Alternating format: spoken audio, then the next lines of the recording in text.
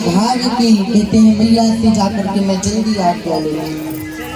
इधर राम जी मुनियों का पोशाक धारण करने के लिए अवध्या में अवध में मैया सबसे पहले मैया कौशल्या के पास आते हैं। मैया कौशल्या से आशीर्वाद प्रदान करते हैं, सुमित्रा मैया से आशीर्वाद प्रदान करते हैं। आज जब राम को पता चला मेरा अवध में भरत राजा बनेगा, बड़े मगन बड़े प्रसन्न हैं। लेकिन जब अवध वासियों को पता चला कि राम राजा नहीं बन रहे हैं तो मानो अयोध्या में दुख के बादल छा गए हैं, सब बड़े उदास हैं। महाराज आज ये सारी बात जान करके राम जी अपनी तैयारी में लगते हैं। कौशल्या जी आज्ञा देती हैं। देखिए ये बात को ध्यान से सुनेगा। जब राम जी बन जाने के लिए तैयारी करने लगे और जब सीता जी को पता चला तो सीता जी मैया कौशल्या के पास जाती हैं और कहती है माँ प्रभु से बोलो ना कि मुझे भी साथ में ले जाए, मैं भी साथ में जाऊंगी।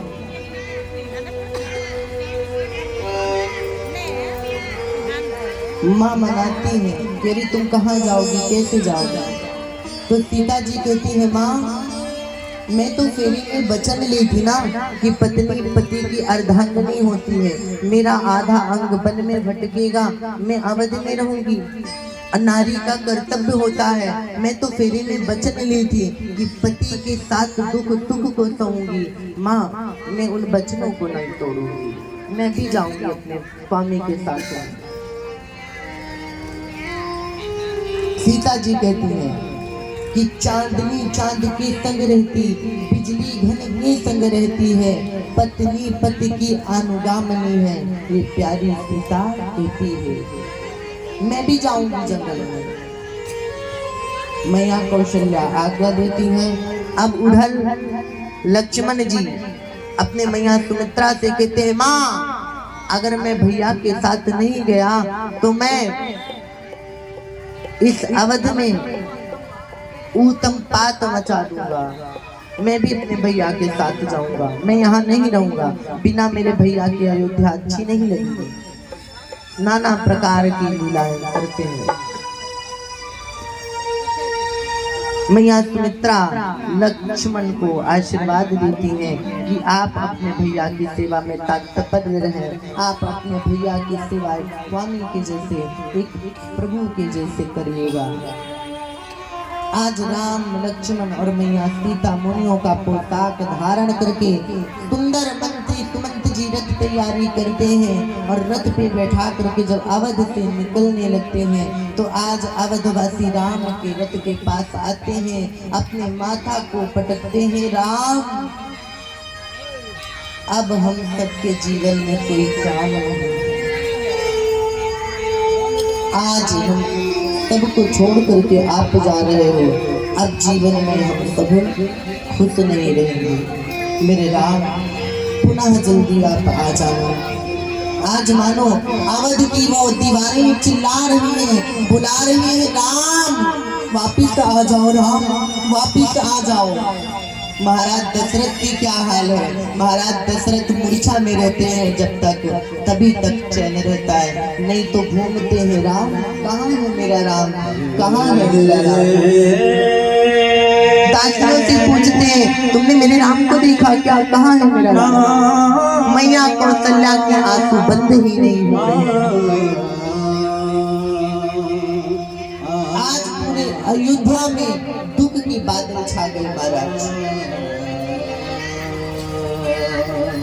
यहाँ तक कि जो सरयू नदी में लहरें होती थी आज वो भी तरंग पे वो भी नहीं उड़ रही। राम जी जैसे जैसे रथ आगे बढ़ रहा है आज उस प्रकार से राम जी के प्रेम में अयोध्या का कड़ कड़ राम का नाम ले रहा है। राम मत जाओ, राम मत जाओ, राम। राम के प्रति ये प्रेम है, ये वात्सल्य, ये करुणा जगी हुई है।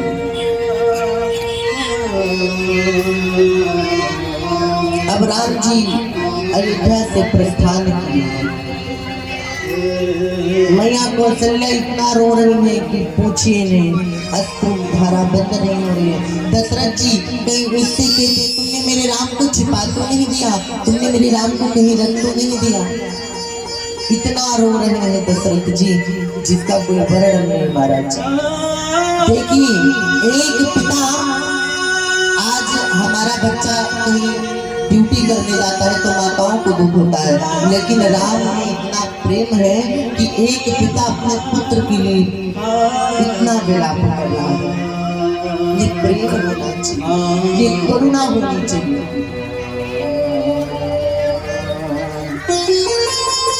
महाराज राम जी वहां से प्रस्थान करते करते हर एक को तारते पावन सिंगरेरपुर तट पे आते हैं। रात वृक्ष तले रात बिताने के बाद सुमंत जी सिंगरेरपुर जब छोड़ते हैं ना, प्रयागराज के पास सिंगरेरपुर धाम है, हम लोग की कथा भी वहां चल रही थी। कार्तिक में सिंगरेरपुर में राष्ट्रीय रामायण मेला लगता है, तो डॉक्टर द्विवेदी जी के माध्यम से लोग कथा करने जाते हैं। आज भी जब जिस वृक्ष के नीचे राम जी शयन किए थे, आज भी वो वट वृक्ष बना हुआ है। वो पेड़ ऐसा बन गया है भैया, हम लोगों ने आंखों से देखा। कभी आप भी आइएगा तो दर्शन कराएंगे। जहाँ पे राम जी जिस पेड़ पे लेटे थे ना सिंगरेरपुर में, वो जैसे तोहफा नहीं बनाते, उसी प्रकार वृक्ष बन गया। आज भी हरा भरा वृक्ष है, त्रेता युग से चला आ रहा है। राम जी लक्ष्मण मैया जानकी सुमंत के साथ में वृक्ष तले रात गुजारने के बाद सुबह प्रातः काल जब सुमंत जी जाने लगे ना, राम जी के पास सुमंत जी जाते हैं, हाथ जोड़ते हैं, हाथ जोड़ करके कहते हैं, प्रभु प्रभु आप तो नहीं जा रहे हो, लेकिन मैं वापस जा करके महाराज से क्या कहूँगा प्रभु। हम तो गए ही गए, साथ में लक्ष्मण गए, जानकी जी को भी ले गए। प्रभु आप जा रहे हो, लेकिन जानकी जी को हमारे साथ जाने दो। आज सुमंत जी की आंखों से झरझर आंसू बह रहे हैं। सुमंत जी बोले, प्रभु जानकी जी को जाने दो। जानकी मैया कहने लगी, मैं अपने पतिव्रत धर्म का पालन करूंगी, मैं अपने प्रभु को छोड़कर भी कहीं नहीं जाऊंगा। ध्यान से सुनेगा, एक स्त्री का कर्तव्य होता है पति कैसा भी हो उसके दुख सुख में साथ दे, वो होती है सती वाली स्त्रियां। आज जानकी जी भी नहीं जा रही है, मैया सीता भी नहीं जा रही है। और जब सीता जी नहीं जा रहे हैं तो सुमंत जी क्या करते हैं, अपने घोड़ों, जिस रथ से राम जी आए थे उन घोड़े को जोड़ने लगे। रथ की घोड़ों को जब जोड़ने लगी सुमंत जी, आज घोड़े जुड़ नहीं रहे हैं। पता है, अब भाव को समझिएगा। साधक लिखता है दो पंक्ति, क्या कि मंत्री ने जब घोड़े जोड़े तोड़े देते हैं रथ घोड़े। मंत्री ने जब घोड़े जोड़े तोड़े देते हैं मंत्री ने जब घोड़े जोड़े तोड़े देते हैं रथ घोड़े। खड़े हुए तोड़े देते हैं रथ को वे। लेकिन अब घोड़े खाकर भी नहीं बड़े, घोड़े खाकर भी नहीं बड़े, तोड़े देते हैं रथ को वे। घोड़े खाकर भी नहीं बड़े, तोड़े। राघव की नैनों में देख, मेरे राघव के नैनों में देख, मेरे राघव के आँखों में देख, मेरे राघव की आँखों में देख, वहीं पे रहते हैं घोड़े। राम जी की आंखों की तरफ घोड़े खा रहे हैं, घोड़ों की आंखों से आंसू बह रहा है, लेकिन वो आपस में जुड़ नहीं रहे हैं। अचानक घोड़े से मंत्री मार रहे हैं तो राम जी की तरफ देखते हैं और कहते हैं राघव हमारे साथ चलो ना राघव। तो मंत्री जी आज घोड़ों को मार रहे हैं घोड़े से, लेकिन दोनों पांव उठाते हैं, घोड़े चोट खा रहे हैं भैया, छटपटा रहे हैं, लेकिन आगे नहीं बढ़ गए। बस यही कह रहे राम जी की आंखों में देख के राम चलो ना राम, क्यों जा रहे हो राम और मुझे चलो ना। साधक कहता है क्या घोड़े खाकर भी नहीं बड़े, घोड़े खाकर भी नहीं बड़े, तोड़े देते रस्ते तोड़े, घोड़े खाकर भी नहीं बड़े, तोड़े देते रस्ते तोड़े। मंत्री ने जब घोड़े जोड़े, तोड़े देते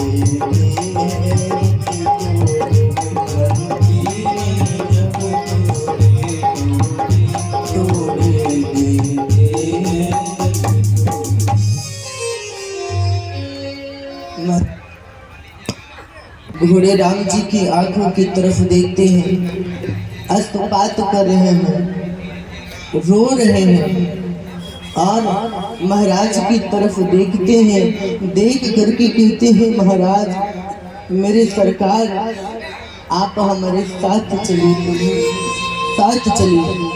सुमंत जी घोड़े को जोड़ते जोड़ते परेशान हो गए, लेकिन मेरे बंधुओं राम कथा प्रेमियों आज राम के बिना वो घोड़े जुड़ नहीं रहे हैं। मंत्री आकर के खड़े हो जाते हैं, जब आकर के खड़े हो जाते हैं भैया तो राम जी घोड़ों की तरफ देखते हैं कि घोड़ों की ये दशा है।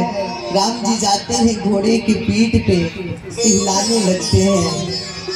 आज राम जी का इशारा पाकर के घोड़ा आगे की ओर प्रस्थान करता है। साधक कहते हैं कि धीरे धीरे रथ चला इधर अवध की ओर, सीता लक्ष्मण राम चले त्रिगंग तट की ओर। अब इधर मंत्री सुमंत रथ लेकर के अवध की ओर प्रस्थान करते हैं। सीता लक्ष्मण राम पावन धाम सिंगवेरपुर तट की ओर प्रस्थान करते हैं। राम लक्ष्मण जब सिंगवेरपुर तट पे आते हैं तो आकर के देखते हैं कि गंगा मैया है, अब पार कैसे जाए हम। लेकिन आज भगवान की ऐसी माया कि सारे केवट गंगा तट की ओर नहीं आया, केवल एक है केवट और बीच भंवर में नाव को चला रहा है। राम जी देखते हैं कि यहाँ तो कोई नहीं है, एक केवट है। राम जी देखते हैं केवट की ओर और केवट की ओर देख करके राम जी दूर से कहते हैं कि भैया केवट सुनते हूँ नाव में आओ, हमें पार जाना है। केवट देखता है दूर से राम लक्ष्मण सीता को। राम जी उंगली के इशारे से बुला रहे हैं क्योंकि दूर है, आवाज सुनाई नहीं पड़ रही है।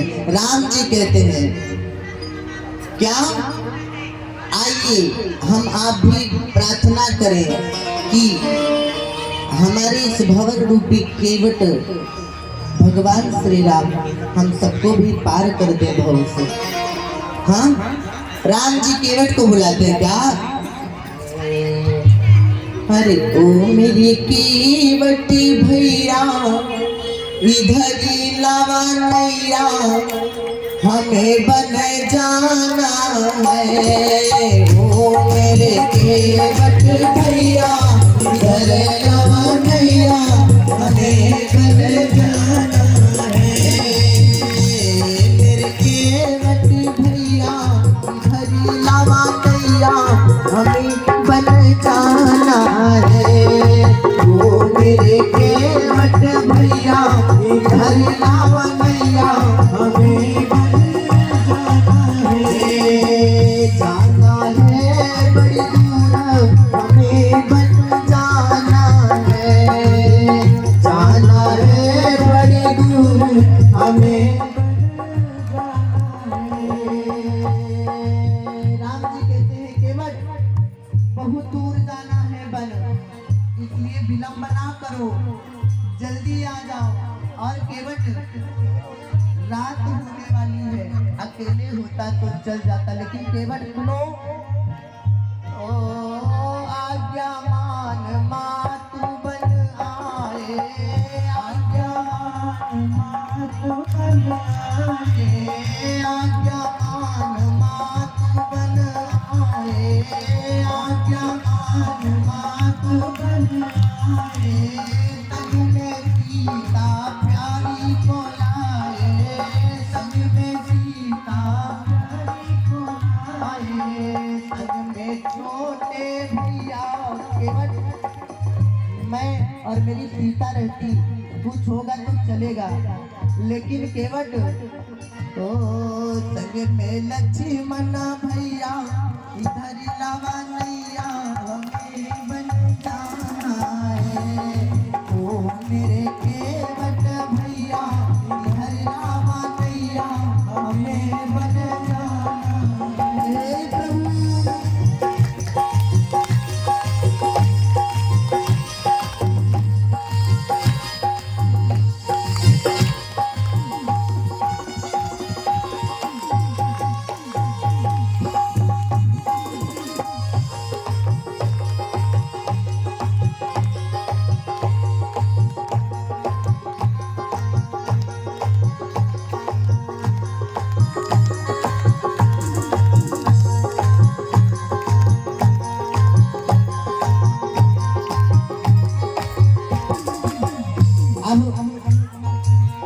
केवट को राम जी देखते हैं और केवट राम जी को दूर से देखता है, तो राम जी बुलाते हैं, लेकिन केवट आता नहीं। अब थोड़ा ज्ञान की बात है, बाबा मानस में लिखते हैं कि मागी नाव न केवट आना, मागी नाव न केवट आना, मागी नाव न केवट आना, कहई तुम्हार मरम में जाना, तुम्हार मरम में जाना, कहई तुम्हार मरम में जाना, तुम्हार मरम में जाना, मागी नाव न केवट आना, मागी नाव न केवट आना। अब बाबा मानस में लिखते हैं कि मागी नाव ना केवट आना। भगवान ने नाव मांगी लेकिन केवट नहीं आया और कहता है कि तुम्हारे मरम को मैं जानता हूँ। लक्ष्मण भैया मुस्कुराने लगे कि मैं तो साथ साथ जिंदगी भर इनके हूँ, आज तक पता नहीं पाया कि इनका मर्म का है, और ये कल का केवट कह रहा है मर्म जान रहा है। मैया जान क्यों मुस्कुराने लगी सीता जी। लेकिन मर्म वाली बात क्या है भैया कि केवट राम जी को जानता है, राम जी जानते हैं कि केवट मुझे जानता है। मर्म वाली बात क्या है, टाइम बहुत कम है, तेज कथा बहुत ज्यादा है, इसलिए ध्यान से सुनेगा। मर्म की बात क्यों कह रहे हैं पता है कि एक समय ये केवट कश्यप था और चीर समुद्र में रहता था।